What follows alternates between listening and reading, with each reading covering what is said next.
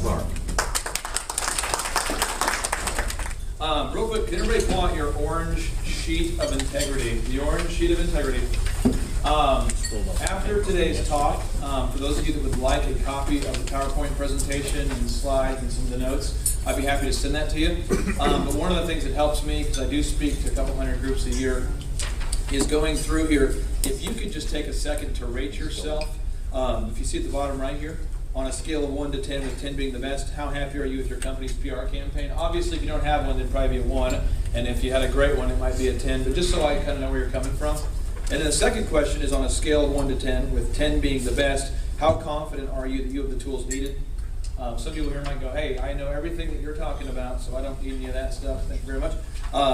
Third question is on a scale of 1 to 10, with 10 being the best, how much do you know about PR before today's presentation?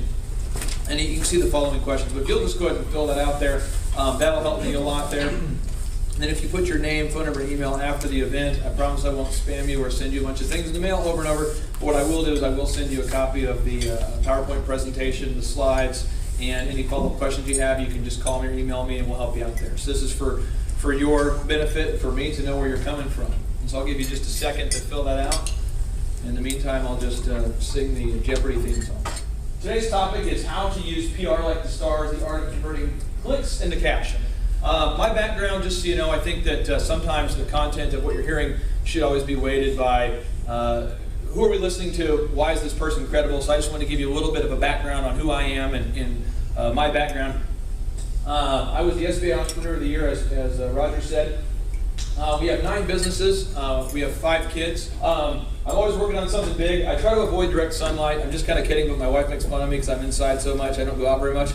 So I took algebra 3 times. Everybody here is smarter than I am once you get to know that. Took algebra 3 times to get through that.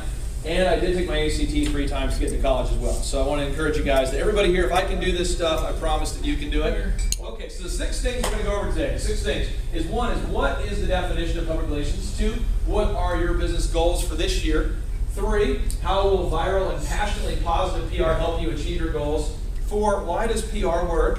5, if this works, why doesn't everyone just do it? And 6, what are the systematic step-by-step steps that you must take to launch an effective PR campaign? This is a quote I want you to either write down or just remember in your brain. I define what I do as gift wrapping. If you package a bracelet in a Tiffany box, it will have a higher perceived value than if presented in a Kmart box. Same bracelet, different perception. Who here remembers the British invasion when the Beatles landed? I do not. I'm 32, so I don't remember that specifically. I've seen it. Who remembers when they landed here, okay? True story. They landed. If you read a book called Guerrilla PR 2.0, you can read the historical review of this, but it's Guerrilla PR 2.0. Phenomenal. The Beatles land, from Britain. They land over here. No one knows who they are at this point. Okay, so the kids are like, who are these guys? So then their publicist says, let's try that again. He goes to a local high school, gives them signs, pays the kids $5, $10 at the time, like $1 each, 50 cents each. Says, hold these signs and scream their names. Like, who are these people? It doesn't matter. Scream and we'll film you.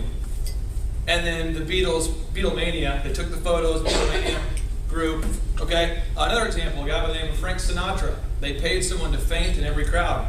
And then a guy by the name of Michael Jackson thought that was a good idea and paid 3 or 4 people in every crowd.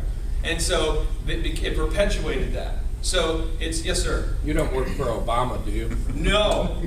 But I will tell you that one of the things that's hard for me to deal with is, regardless of where you line up in your political views, one of the things that's it was hard for me on the outside in looking into it, is PR can control what people think, whether it's true or false.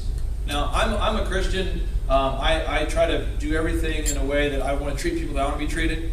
And I think a lot of us, regardless of our religious beliefs, want to do that. We want to treat people the way we want to be treated. But this is like the Force, like Star Wars, where you have and you can use the Force for the good team, for the good side, or the dark side. But it works either way. And they estimate somewhere between 70 and 85% of all news is a result of a press release, PR.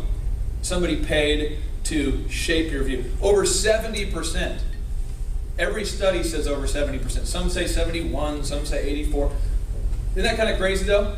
Think about watching the news tonight and how that affects your worldview. Now right now as a culture, what's the bias that the whole culture has, that every time you turn on the news, when it comes to the environment, what's the thing we're all being told to do? We all need to go green. Green. Aha. So is that a trend, or is that going to be a long term? Like, is that going to last? Is that a fad or a trend? Is that going to last beyond a year, you think? A trend? Now, at some point when I was in 7th grade, some of you remember this, we were told that the hydrocarbons, released from cars, are damaging the ozone, right? And so what we say is, as a country, somehow, from my age 12 till now, we've gone from, we should probably go green, to now it's irrefutable. If you don't go green, there's something wrong with you, okay? Now, regardless of whether we agree with this or not, this is a trend, right? Now, what if you were the expert in your community, right, about this infringement on rights and security, and you know everything about security because you're the guru? Couldn't you kind of appoint yourself to be the guru? And then when every time the media writes a story about security, they're like, we're live here with such and such from, and it's you. See what I'm saying? You can appoint yourself as an expert. And how does that translate into dollars and cents? It really helps. Have you guys ever seen, remember OJ, when the white Bronco was driving? And within like 10 minutes, they have an expert. My brother. Your brother? He was one of the guys they kept talking to all the time. Awesome. Well, that's an example. He's a lawyer, but we didn't believe it. Well, you know what I'm saying? So how do you find these experts? They find these experts because people in a room just like this decide they're going to start promoting themselves as experts and making those connections so that when things happen, you'll get the call. And I promise you it will dramatically impact your sales. So I'm saying, what if we gift wrapped our ID business, our security business, in a way that gift wrapped us like the Tiffany's box? Does that make sense? Where people now don't care about the price, they care about the value. Even though it's the same bracelet in the box. Is that making sense to everybody? This is my definition. The art of systematically creating the closer. The closer that you can use to enhance your existing reputation and close more deals now. When you get in front of your ideal clients and likely buyers. Again, the art of systematically creating the closer.